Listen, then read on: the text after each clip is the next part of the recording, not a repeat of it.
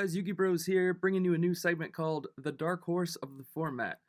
Now, I might do these a few times a format, or maybe just once, but this is basically giving you guys my perspective on a deck that I think could be on the come up and can take games in current format speed duels, which would be April-May season, where Amazons are the defending champions and Blue Eyes is on the outside looking in, can swat everything else that isn't Amazons, but still gets crushed by Amazons. I think this is the best thing that could be basically number 3 on the list, because it has a very good Amazon matchup. Basically, it can just counter it blow for blow. And Blue Eyes, it's a little bit more techy, but it can still take out Blue Eyes just as easily. So, getting into it, our skill is a Shizu, Tomb of the Pharaoh, and if you didn't get it by now, it's basically Necro Valley. We're playing Gravekeepers, boys and girls. All this does is you start the game with it in your field zone, so it is susceptible to spell and trap destruction. It gives all your Gravekeepers 200 attack and defense. That's all it does. We don't get the actual Necro Valley. I think that would be way too broken in this, so it makes sense. And it doesn't buff 5, it buffs 2. However, this card says it is always treated as Necro Valley. So in all areas, if you were to use something that would get like a Necro Valley card from the graveyard, you could get this back. Also, little known fact on skills, if they are then popped from the field sent to the graveyard, they just act as whatever they're supposed to be. Skills don't use the chain when you would, flip them for being a skill card. However, if this was to be destroyed and you added it later on or compulsed it or added it to your hand and then tried to activate it, it would actually use the chain. So it's just a little interesting fact to know. But this card kind of gets your deck to do the things that it can do more effectively. So that's why we play that as the skill.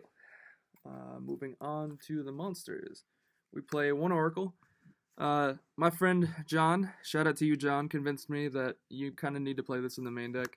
I was iffy on it at first because I don't like bricking with it turn 1, but outside of that, this card is really powerful. This card does 3 different things based on the amount of monsters you tribute for it.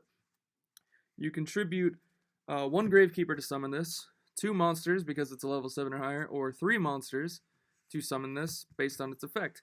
It gets effects based on the number of Gravekeeper monsters tributed for it. If you tribute 1, it gains attack equal to the tributed monster's level x 100, and it gains the effects in sequence, so you could still tribute like 3 monsters and gain the total levels times 100. That's really good to just get over things because he's 2000 base. The second effect, if you tribute 2 monsters, destroys all set monsters your opponent controls. This is really good when your opponent's trying to wall up. You can just knock them out in one shot. And if you tribute 3, it reduces the attack and defense of all monsters your opponent controls by 2,000. So that's really good for OTKs. Just a solid card. You can also bring it back with Rite of Spirit, which is cute. Yeah, it doesn't get the effects, but it's just a 2,000 beat stick. And you can search it with Recruiter because he's 15 defense. So that's pretty cool. Then we play one Ambusher. I would love to play more than this, but I just don't feel there's enough space for it, and this is more of a tech card than anything else. What's cool about him is that he's 17 base, so with the boost from your skill, he's 19. 19 beat stick and speed right now is really good. Also, though, if this card is flipped face up, you can target a card in your opponent's graveyard and place it on the bottom of their deck. In addition, if this card was flipped face up and then sent to the graveyard, you can add a Necro Valley card from your grave to your hand, aka your skill, because it's always treated as Necro Valley. So in case this does get popped, this is a good way to get it. The only downside is that this has 0 defense.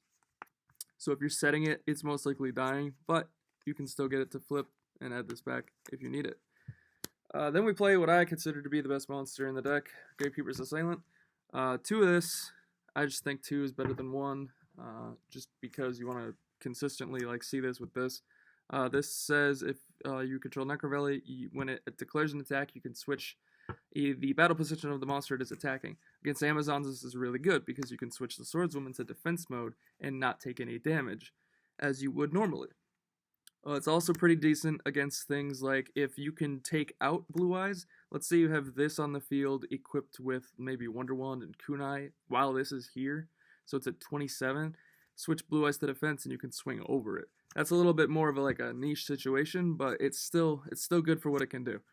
But switching things to defense allows you to just basically freely play around your opponent's cards, which is really good. So definitely play 2 of this, solid.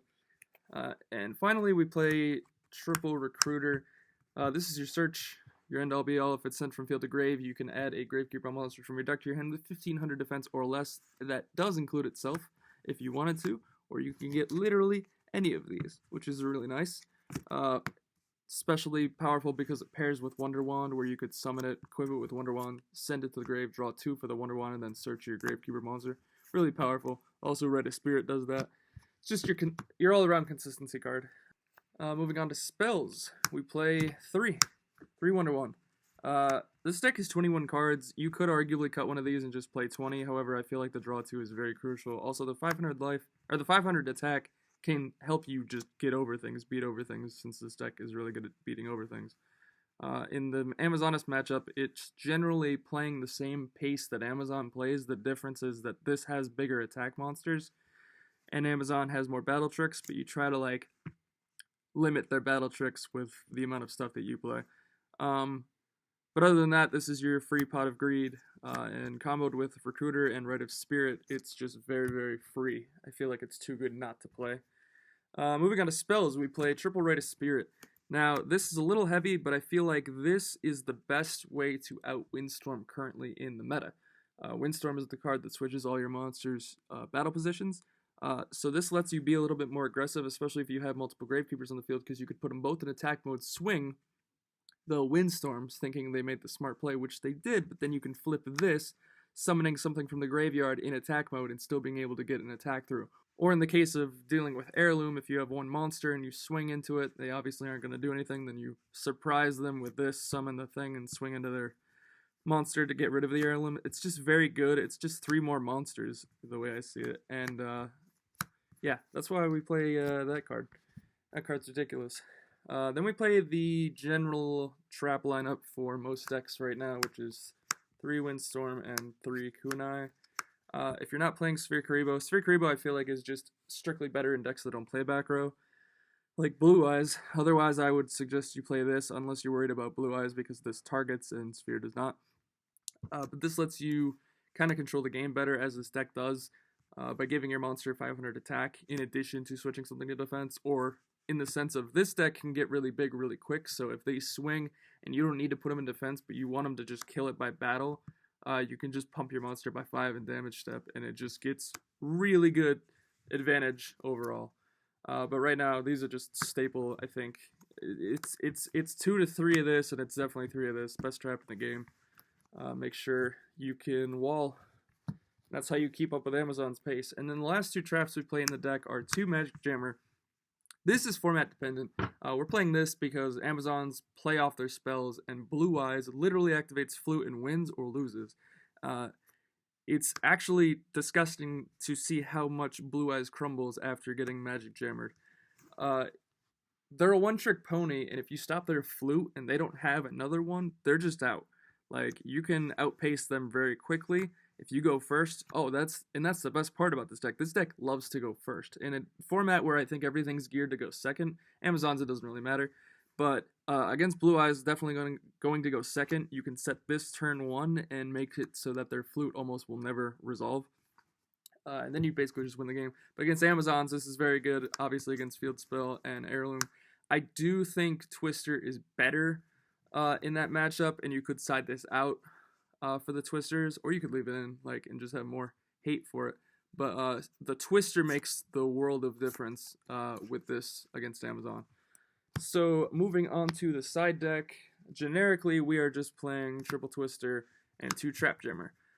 Twister, obviously, because Amazons mostly, and if you run into another Rogue Necro Valley Gravekeeper deck, this is good for that too. Trap Jammer, I think this is underrated. Another shout out to my friend John, who convinced me. I said that this was unnecessary because you don't have enough space to ever play it in things, but I think this is actually the perfect deck to play it in. This is just really good at minimizing numbers on your opponent's field. So basically, if you and your opponent playing, assumingly Amazons, are playing the trap wall game, this allows you to very, very easily limit the trap wall game, or at the very least, makes your opponent feel they have to flip Windstorm before the battle phase to dodge this, which is cute because, it allows you to get rid of a card or essentially bluff you have a trap jammer to get rid of a Windstorm, which is very key in the matchup. But that's the dark horse. I think this is very good. We didn't have a speed duel tournament last week because of the sneak peek, and this weekend we have a regional coming up, so we're not having a speed tournament this weekend. But if I can get more speed games in, guys, I definitely will. Please comment, like, and subscribe. As always, click that notification bell for all our latest updates. And we finally have our very own Patreon. Link will be in the description down below.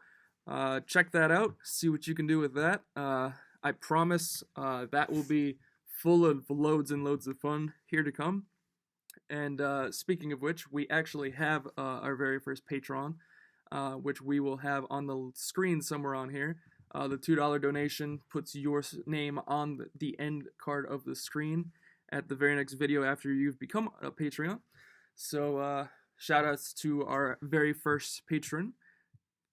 And we'll see you guys later. All right, peace.